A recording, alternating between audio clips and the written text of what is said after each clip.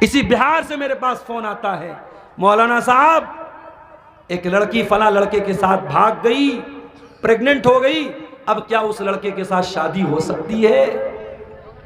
यह मसला पूछा जा रहा है समाज में, जबकि इस्लाम की नजर में अगर लड़की हमल से है उसकी शादी नहीं हो सकती है किसी के साथ। लेकिन हालात ऐसे पैदा हो रहे हैं जिनाकारी और बदकारी की वजह से मेरे साथी। इसीलिए इस्लाम जिनाकारी को रोकने के लिए इस्लाम ये हुक्म देता है कि मर्द और औरत के दरमियान नाजायज तरीके से कोई मिलाप नहीं होना चाहिए। अल्लाह के प्यारे नबी फरमाते हैं, ला यखलुवन्न रजुलुन बिइम्रातिन इल्ला वसालिसुहुम शैतान। जब कोई मर्द किसी औरत के साथ अकेले में मिलता है तो तीसरा वहां शैतान जरूर होता है। अगर आपकी जवान लड़की लड़कों के बीच में रह के पढ़ रही है, गलत है।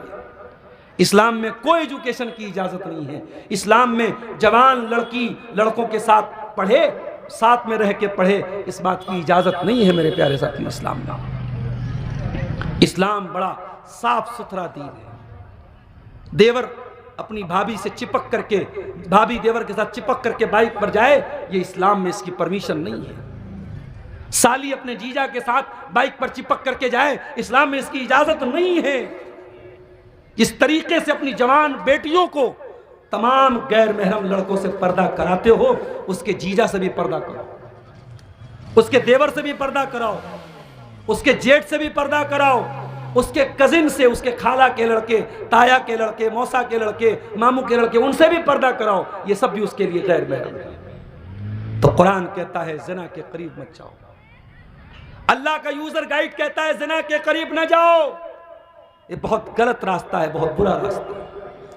अल्लाह की यूजर गाइड ये भी कहती है, ऐ ईमान वालो ला ताकुलुर रिबा, सूद मत खाओ, सूद मत खाओ। छोटा छोटा अमाउंट, 10,000 रुपया, 5,000 रुपया, उसको भी आज मुसलमान सूद पर कर्जा ले रहा है। 20,000 का मोबाइल फाइनेंस करा रहा है, उस पर भी इंटरेस्ट दे रहा है। और मोबाइल बेचने वाला मुसलमान बाहर लिखते 0% इंटरेस्ट। ये 0% इंटरेस्ट के नाम पे बहुत बड़ा फ्रॉड किया जा रहा है। कोई 0% इंटरेस्ट नहीं है। 10,000 का मोबाइल आप लेते हैं, बजाज फाइनेंस से लेते हैं, फाइनेंस करा के लेते हैं, 12,000 का पड़ता है। चलो ठीक है, 10,000 का नगद में मिल रहा है, 12,000 का उधार में मिल रहा है, कोई मसला नहीं, इस्लाम में जायज है। मगर मसला क्या है?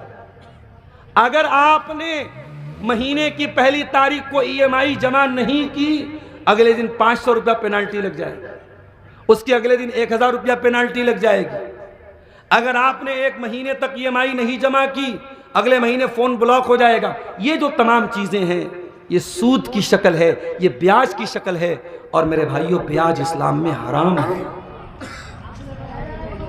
जो लोग ब्याज खाएंगे कयामत के दिन पागल होकर के आएंगे। ला यकूमुना इल्ला कमा यकूमुल लज़ी यतखब्बतहु शैतानु मिनल मस। जैसे शैतान किसी को छू करके पागल कर दे, वो इंसान पागल होकर के उठेगा कयामत के दिन, जो ब्याज खोर होगा, जो सूद खोर होगा। आज छोटी छोटी जरूरतों में मुसलमान बैंक से कर्जा ले रहा है, मुसलमान सूद पर कर्जा ले रहा है, मुसलमान अपने ही मुसलमान भाई को सूद पर कर्जा दे रहा है। अल्लाह के वास्ते मेरे भाइयों, सूद से अपने दामन को बचाओ। ठीक है, सेविंग बैंक में हमारा खाता है, स्टेट बैंक में खाता है, बड़ौदा में खाता है, ICICI में खाता है, और सेविंग अकाउंट में हमको हर साल 5% 4% इंटरेस्ट मिल रहा है। कोई मसला नहीं, इंटरेस्ट मिल रहा है, हमारी मजबूरी है वो। हम इंडिया में बगैर खाता के कोई कारोबार नहीं कर सकते, लेकिन उस बैंक से मिलने वाला इंटरेस्ट भी आप उसको अपने इस्तेमाल में नहीं लाएंगे, किसी गरीब की मदद कर देंगे, किसी गरीब को दे देंगे। मस्जिद में नहीं देंगे, मदरसे में नहीं देंगे, किसी गरीब की, किसी को दवा इलाज की ज़रूरत है, किसी को खाने पीने की कमी है, किसी गरीब, बहुत गरीब आदमी की मदद कर देंगे, उसको अपने इस्तेमाल में या मस्जिद मदरसा में नहीं लाएंगे। और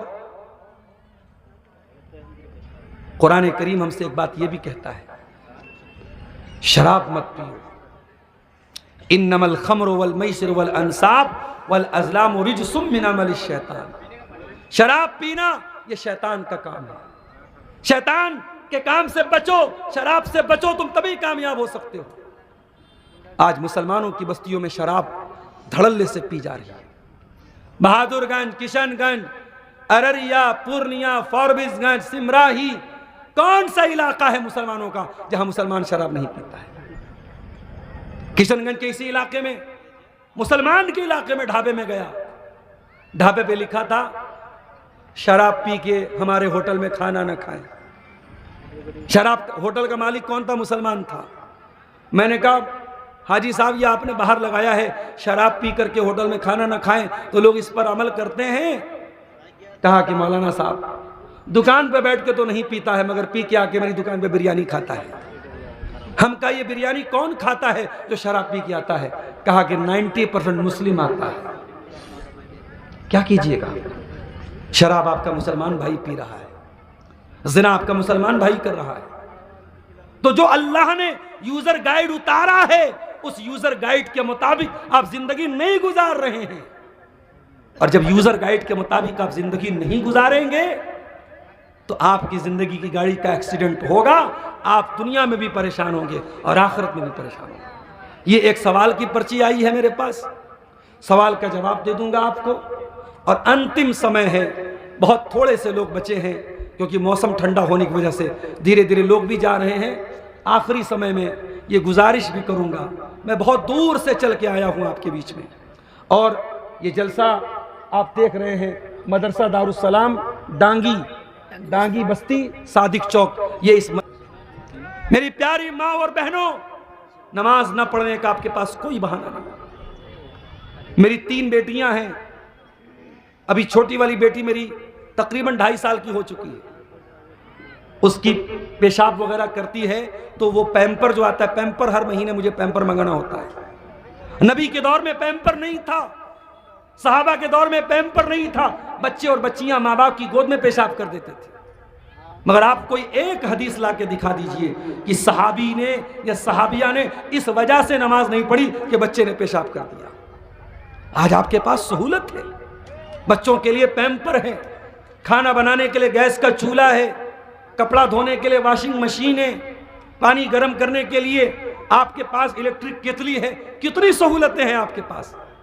अगर आप नमाज नहीं पढ़ते हैं तो याद रखिए अल्लाह को हिसाब देना पड़ेगा मेरे साथ। कुरान कहता है बलिल इंसान अला नफ्सिही बसीरा वलौ अलका माजीरा। इंसान चाहे जितना भी बहाना कर ले, इंसान चाहे जितना भी उज्र पेश कर ले, इंसान को पता है कि मैं कितने पानी में हूं। इंसान खुद अपने ऊपर गवाह है। आपको मालूम है आप नमाज नहीं पढ़ रहे, आपकी कोई मजबूरी है कि नहीं है? मजबूरी नहीं है, हम लोगों ने मजबूरी बना कर। आप दुकानदार हैं, आप बिजनेसमैन हैं, आप डॉक्टर हैं, आप टीचर हैं, आप इंजीनियर, आप कुछ भी हैं, नमाज माफ नहीं आपकी।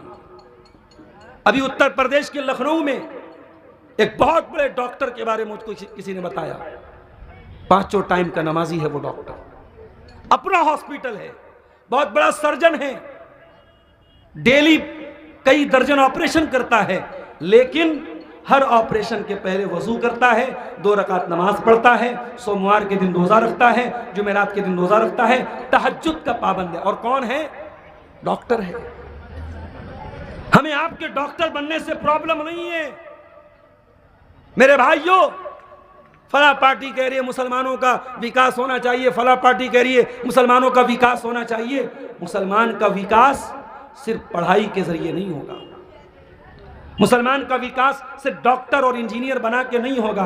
हम कहते हैं आप डॉक्टर बने, ईमानदार डॉक्टर बने, अल्लाह वाले डॉक्टर बने।